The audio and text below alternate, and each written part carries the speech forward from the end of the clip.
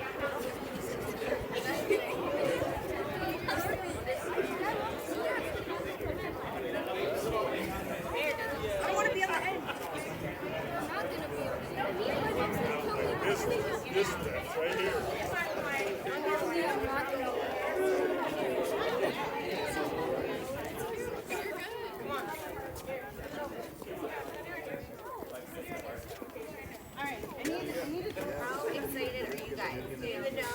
Heard some of the story? Yes. 70%. How are we gonna get it to 30%? There's a solar panel over there we want you guys to see after. She's smiling. You do Scooch? You're fifth grader. What grade are you guys? Sixth grader. That makes better sense. Okay. Last year. How long have you been at Whittier? Yeah? My friends are doing great getting solar. Good job.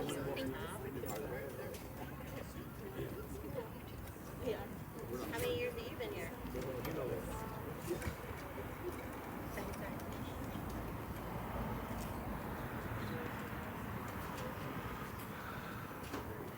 This is our superintendent. Yes. Our superintendent. Hi, I saw a picture of you. This is our board member. You need everyone just so you get lost in the shadows? Or I guess that'd be for Bob. You want everybody to sign you? Yeah, probably. Paul. So you're yeah, you too, Melissa. You'll disappear if you're in the shadows because they're in the sun. Sorry. That's what you want, though, man. Okay, y'all, so you just met the superintendent. You good? Awesome.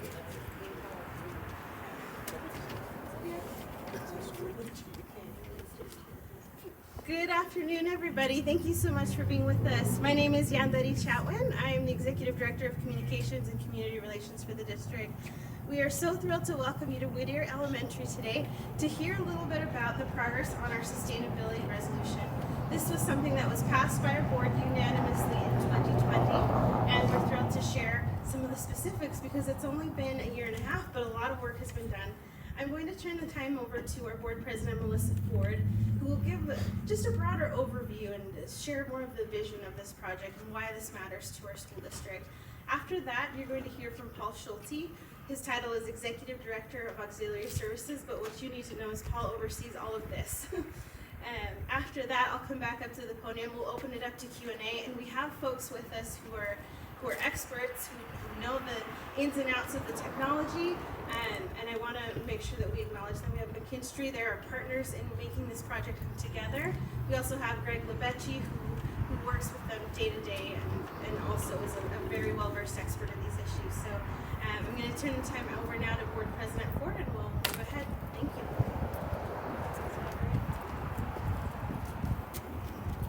Thank you, Yandri. Good afternoon. I'm Melissa Ford. I'm the president of the Salt Lake City Board of Education, and I'm really excited to be here. And this is something that's close to my heart and my priorities. In 2020, the Board of Education unanimously passed a sustainability resolution that set two really lofty goals. First, the first goal was for the Salt Lake City School District to be using 100% clean, renewable energy in district electricity usage by 2030. And then the second goal was for us to meet 100% of all district operations energy needs with carbon neutral energy by 2040. This resolution was brought to us by a forward-thinking group of high school students from East, West, and Highland high schools who inspired us to set these ambitious goals in an effort to combat the negative effects of climate change here in our city, including increased temperatures, poor air quality, change in water systems, and other environmental disruptions. We know that the impacts of climate change are already affecting our students' quality of life and their education. For example, we've partnered with researchers at the University of Utah led by Dr. Daniel Mendoza, who have found a correlation between bad air quality days in our city and increased student absences, particularly in schools on the west side of our city. As a board, we recognized that our district was uniquely positioned to make important contributions to the goal of a sustainable world. While this goal will not come easily, we remain committed to making tangible changes to mitigate climate change, to conserve energy and natural resources, and to continue to exercise sound financial management. To that end, we created a sustainability task force and asked them to draft a plan to help us reach our goals of using 100% renewable energy by 2030 and carbon neutrality by 2040. Mr. Schulte will get into the specifics a little bit more, but the plan that the task force came up with and that is now being implemented provides guidance for district expenditures on energy and water efficiency, the use of sustainable construction materials, something we're keeping on top of and keeping in mind as we conduct feasibility studies at West High School and Highland High School. Responsible pest control and green cleaning supplies and procurement of sustainable office and school supplies. The plan also embraces the tremendous opportunity to teach our students about ecological sustainability, environmental health, and nutrition. This plan will have lasting impacts for our students, for our employees, and for our city, including saving $1.3 million in utility costs every year, decreasing our water consumption by 12 million gallons, and lowering our water and sewer costs by $120,000 annually, and reducing our annual carbon footprint by 24%, which is equivalent to taking 2,000 cars off the road. And that doesn't even include the benefits to the health and well-being of our community. We're grateful to have the support of McKinstry, an energy service company, as we implement this plan. Their role is to help manage implementation of various projects, including LED lighting retrofits at 37 schools, solar installations at 6 elementary schools, including here at Whittier today, water conservation measures at 41 schools, and mechanical and building automation controls upgrades throughout the district. The plan in full is expected to cost about $29.5 million, and the cost savings from the changes we'll be implementing will be used to offset the bulk of these conservation measures. I'd now like to turn the time over to Paul Schulte, but not before I acknowledge the innovative thinking of the group of high school students who first came to us with an idea. One of the greatest privileges of my time on the board has been my interactions with these brilliant young people like them. And this project is proof of the impact that our students can have on their own communities and the world at large. While most of that particular group of students has since graduated high school and moved on to college, the impacts of their efforts will be felt for generations to come. I also want to thank Paul Schulte, who's ably leading this plan, and a special thanks to Greg Levecchi, who's been a champion for sustainability as long as I've known him, and the dedicated employees who work under them, and the talented team at McKinstry who is helping to make sure that we will using only renewable energy by 2030, and that the Salt Lake City School District will be carbon neutral by 2040. Thank you so much.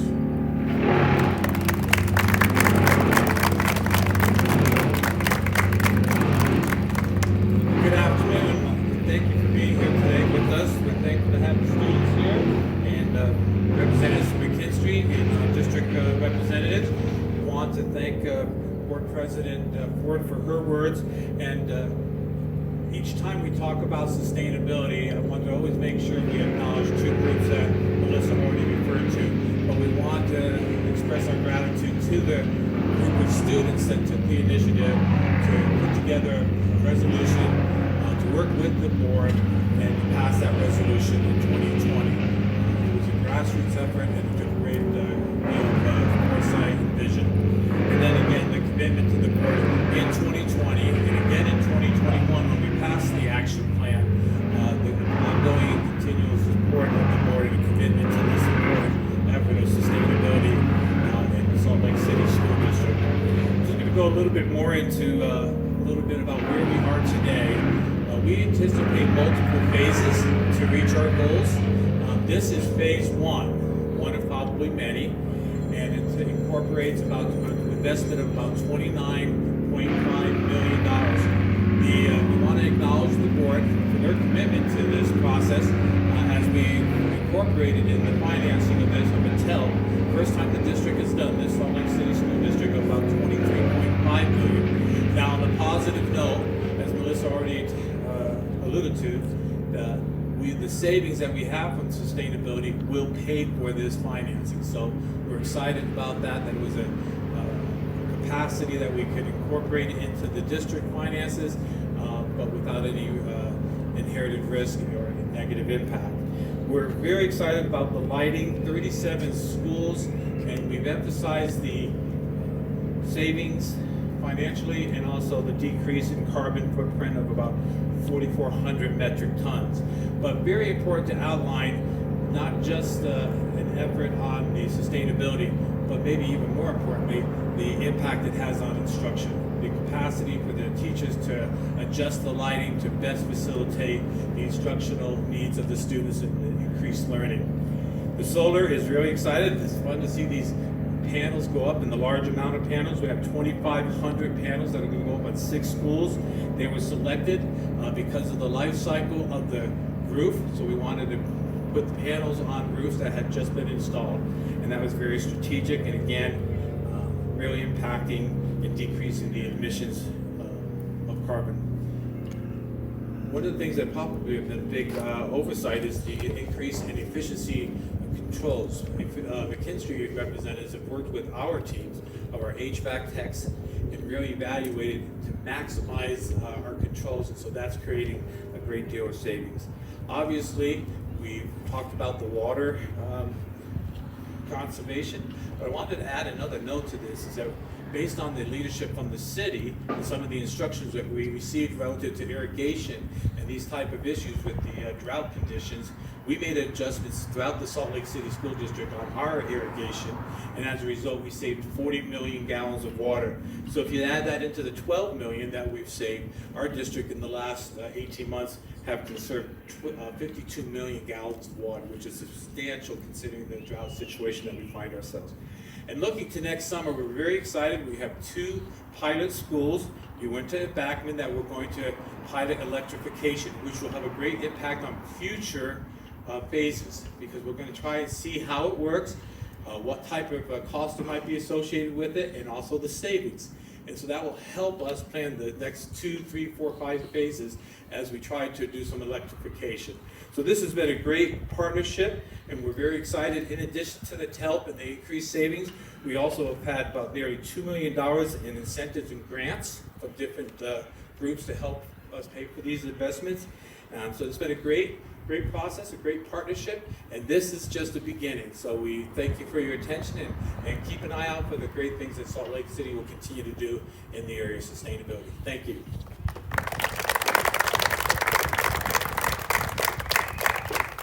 Thank you, Board President Ford and Paul Schulte. I know a lot of you had an opportunity to do a walkthrough with us prior to the speaking portion of this, so we wanted to give one opportunity here for any remaining questions. Oh, yes, Sophia. You just mentioned that you received $2 million in incentives and grants. Could you tell us what some of those are? I can speak to some of these.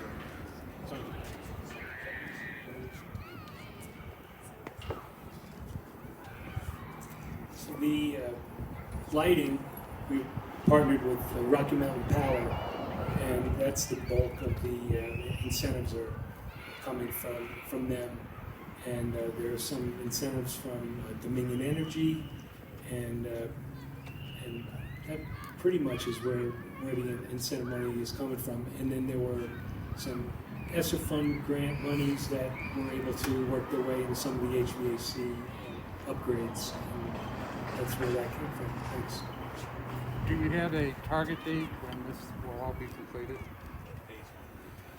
Phase one, well, October of next year, 23, because when we talk about the electrification of the elementary schools, that'll be next year. When we talk about LEDs, that's hopefully next spring of 23. So those are the goals, and the solar and those type of things. So about this time next year, phase one should be completed. Is there a timeline for when everything will be done? Well, 2030 and 2040.